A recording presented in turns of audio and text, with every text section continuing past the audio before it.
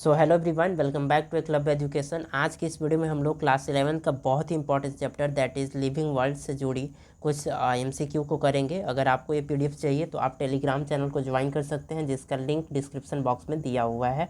और आप चैनल के अगर बायो सेक्शन में जाएंगे तो वहाँ पे भी आपको वो लिंक मिल जाएगा। आप डायरेक्टली उस लिंक के थ्रू इस चैनल को ज्वाइन कर सकते हैं। So without any further delay चलिए इस वीडियो को शुरू करते हैं। दोस्तों, अगर आप देखेंगे तो ये क्वेश्चंस आपके कहीं ना कहीं एग्जामिनेशन में ऑलरेडी पूछे जा चुके हैं।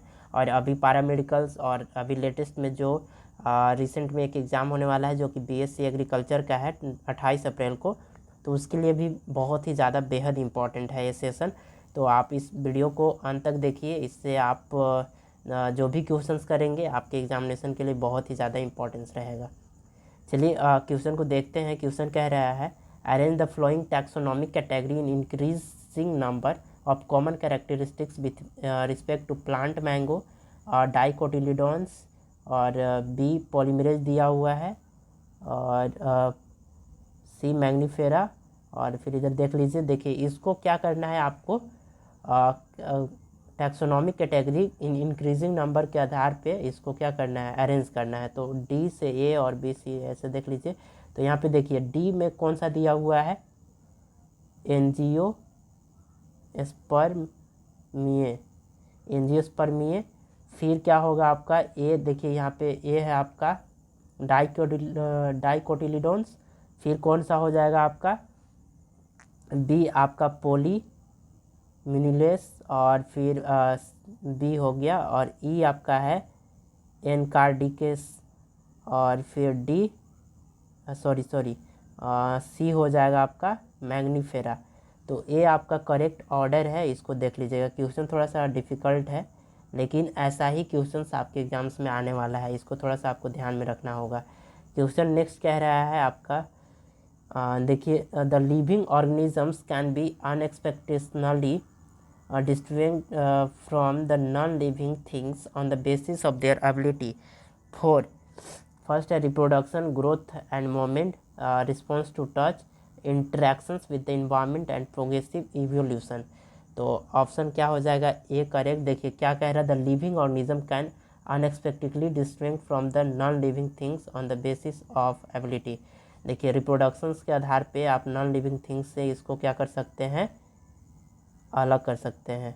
देखिए अगर रिस्पॉन्सिव टू टच ये भी होता है कुछ कुछ में, interaction with the environment and progressive ये भी है, ग्रोथ एंड मूवमेंट उसमें भी ग्रोथ होता है कभी कभी, देख सकते हैं आप। लेकिन रिप्रोडक्शन एकमात्र ऐसा है जो कि आपके लिविंग ऑर्गेनिज्म में होता है। क्वेश्चन कह रहा है, which of the following animals is correctly match with its particular name taxonomic category. First दिया हुआ है टाइगर्स द स्पेसीज, और cuttlefish, Mollusca a class, human primata the family, house fly, Musca and order. तो option A हो जाएगा इसका correct, that is tiger the species. और question number देखिए, नेक्स्ट क्वेश्चन नंबर कह रहा है, choose correct scientific name of mango. तो साइंटिफिक नेम ऑफ मैंगो क्या होता है आपका, मैग्नीफेरा इंडिका होता है। मैग्नीफेरा इंडिका याद रखिएगा, इसको बहुत ही ईजी है। मैंजीफेरा इंडिका, ठीक है। और ह्यूमन का पूछ सकता है, ये सबका आपका साइंटिफिक नेम पूछ सकता है आपके एग्जामिनेशन में।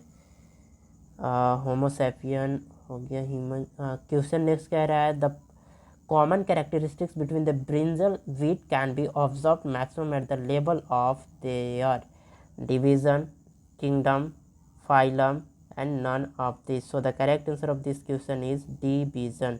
Next question कह रहा है, the study of number of chromosomes of resolving difficulties in classification used in।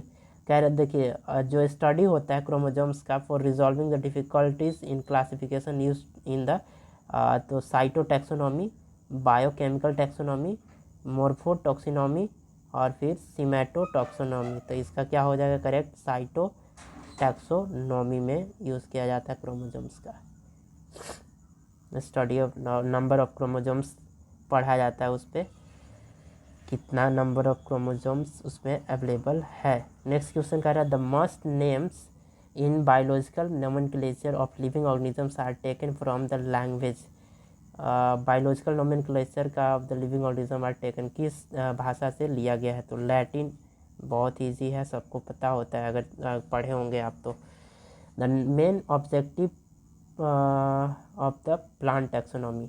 Main objective, first option है ऑल ऑफ दिस, बी है to provide the Latin scientific names of every groups of plant in the world, and C to provide the method of identification and nomenclature, और to study the world of flora. तो option A होगा इसका correct. देखिए study of flora के लिए to provide the method of identification and nomenclature, identification दिया जाता है उससे, आइडेंटिफिकेशन और नोमेनक्लेचर, और साइंटिफिक नेम्स लैटिन प्रूव्ड ए। तो ऑल ऑफ दीज हो जाएगा इसका correct answer. Next question, which of the flowing has list similar characters. इनमें से कौन सा लिस्ट सिमिलर क्लासेस, जीनस और स्पेसीज, फैमिली। तो इसका करेक्ट आंसर हो जाएगा क्लासेस।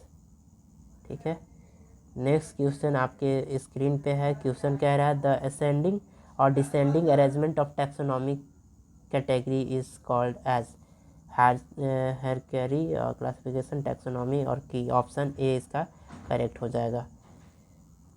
नेक्स्ट क्वेश्चन आपके स्क्रीन पे है, animal taxonomist have named the animals according to international code for geological nomenclature, international classification of geological nomenclature, Indian code for geological nomenclature, international classes for geology. तो इसका देखिए ICZN का full form आपको याद होना चाहिए। तो क्या होता है? International code for geological nomenclature. ये आपको याद रखिए, कारण कि एग्जामिनेशन में एज इट इज आपके आ सकता है।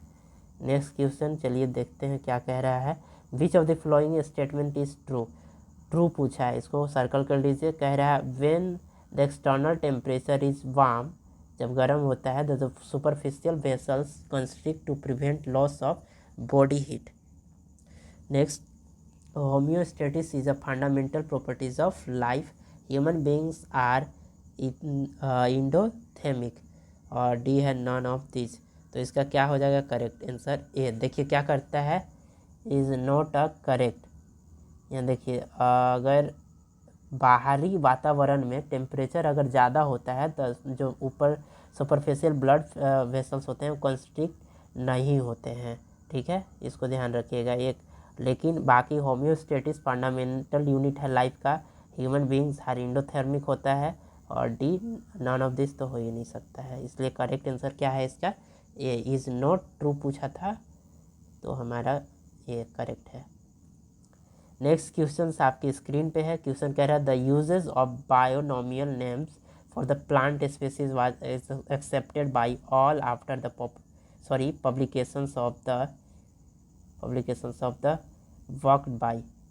तो Linnaeus, Darwin, Hooker, none of this. तो कार्ले लिनायस के द्वारा ये काम किया गया था, बायोनोमियल नोमेनक्लेचर दिया गया था। ठीक है, नेक्स्ट क्वेश्चन देखिए क्या कह रहा है।